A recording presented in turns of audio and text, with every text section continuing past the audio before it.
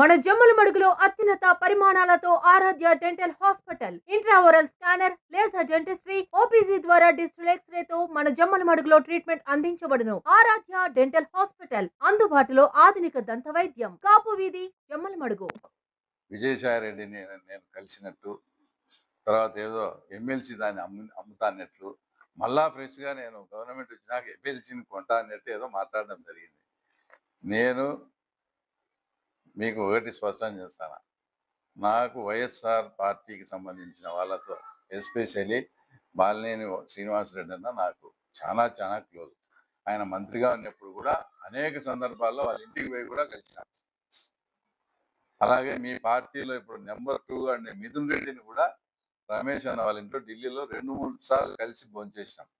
అలాగే విజయసాయి రెడ్డిని కానీ, అలాగే మేడా రఘునాథ్ రెడ్డి అన్నతో నాకు బంధువు కాబట్టి నాకు ఎంతో, ఆ తర్వాత ఆయన కూడా అనేక సందర్భాల్లో కలిసినాం.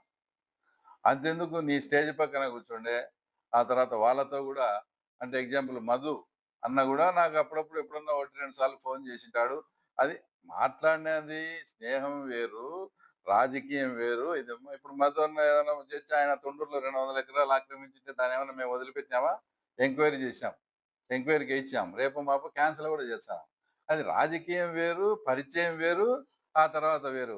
అయినా నేను విజయసాయి రెడ్డిని కలిసింటే ఇప్పటికీ దాదాపు నువ్వు చెప్పే ప్రకారం అయితే 5-6 ఏళ్ళు అవుతుంది. మళ్ళీ అప్పుడే చెప్పాలి కదా. నేను అపోజిషన్లో ఉన్నప్పుడు మీ మీద అన్నిటికీ నేను వివేకానంద రెడ్డి ఇష్యూ కానీ పొలిటికల్ కానీ మిమ్మల్ని ఘాటుగా విమర్శిస్తా వస్తానే కదా. మళ్ళీ అప్పుడే చెప్పాలి కదా. తర్వాత ఇప్పుడు ఎందుకు చెప్తారు ఆ టాపిక్? తర్వాత మిమ్మల్ని 2-3 ప్రశ్నలు అడుగుతా, వాటికి నీకు చేతనైతే నువ్వు సమాధానం చెప్పు.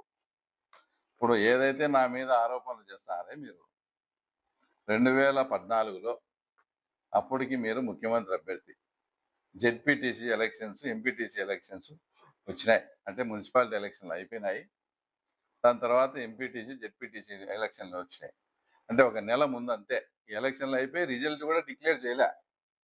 మళ్ళీ ఈ రిజల్ట్ కూడా దానికి ఎఫెక్ట్ పడుతుందని రిజల్ట్ కూడా ఆపి మళ్ళీ జనరల్ ఎలక్షన్ చేసి తర్వాత అప్పుడు మళ్ళా ఆ తర్వాత ఈ రిజల్ట్ను అప్పుడు డిక్లేర్ చేసినారు. అప్పటికి నేను కాన్స్టిట్యున్సీ ఇన్ఛార్జ్ కూడా కాదు, జస్ట్ మా మండల స్థాయి, ఆ మండలం ఎలక్షన్ చూసుకుంటున్నా. మీరు వచ్చేసి ఉలిమేళ్ళ తోటలో ఈ విజయసాయి రెడ్డి ఇది నేను కలిసినది అది అదంతా ఇంకోటి, స్వయంగా నువ్వే కూర్చొని మాట్లాడినాం, నేను అవినాష్ రెడ్డి కూర్చొని మాట్లాడినాం. ఏమి మీరు డబ్బులకు లాలోచిపడి ఆ రోజు నాకు కసునూరు ఎంపీటీసీ తెలుగుదేశం బ్యానర్ మీద ఏకగ్రీవంగా ఇచ్చినారో చెప్పాలా. ఏకగ్రీవంగా నాకు తెలుగుదేశం బ్యానర్ మీద మీరు ఇచ్చారు అంటే మీరు ఏమి లాలోచిపడి ఏమి డబ్బులు తీసుకున్నారు? ఈ మీటింగ్లో అవినాష్ రెడ్డి, భాస్కర్ రెడ్డి, దేవిరెడ్డి శంకర్ రెడ్డి, మాకందరికీ కావాల్సిన దెంతులూరు కృష్ణ, అంటే మళ్ళీ కనుక్కోలేదు, దెంతులూరు కృష్ణ కూడా ఉన్నాడు. అంటే అది లాలుచ్చా, ఇది లాలుచ్చా. ఇంకా ఘోరమైన విషయం ఏంటంటే ఏదో డబ్బుల కోసం అమ్మడపోయినామా అది ఇదని మారుతున్నారు కదా. ఈరోజు ఘోరంగా ఈరోజు కృష్ణ ఉన్నాడు, వాళ్ళతో చెప్పి మనం 300 రూపాయలు పంచుకుంటాము, నువ్వు ఎక్కువ పంచొద్దు, మాకు ఇబ్బంది అవుతుందని నన్ను మీరు అడుగుతున్నారు. ఆ రోజు ఏమంటే ఆ రోజు మీ కన్వీనర్గా ఆ పక్క మా ప్రభాకరన్ ఉన్నాడు కాబట్టి ఆ పక్క ఒప్పుకోక 500 పెంచుకొని మాకు కూడా 1 కోటి రూపాయలు అవుతుంది ఒక్క, అది వేరే విషయం. అంతటి డబ్బు మీద వ్యామోహము, డబ్బు మీద కక్కుర్తి మీకుంది. మాకు ఎక్కువ డబ్బు ఖర్చు అవుతుంది, 300 పంచుకుందామని. ఆ రోజు ఇది ఉలిమెల తోటలో జరిగిందా లేదా 2014లో.